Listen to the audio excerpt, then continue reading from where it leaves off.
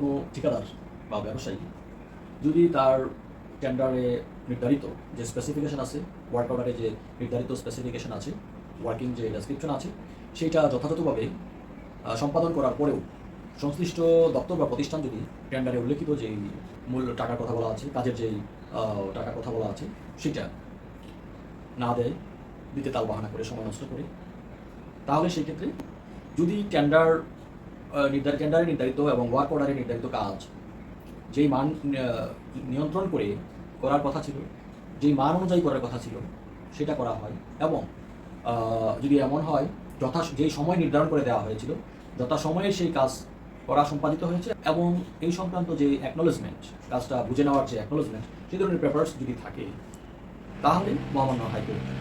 Division repetition দায়ের করে সংশ্লিষ্ট যিনি আছেন সংক্ষুব্ধ, উনি আইনগত প্রতিকার পেতে পারেন।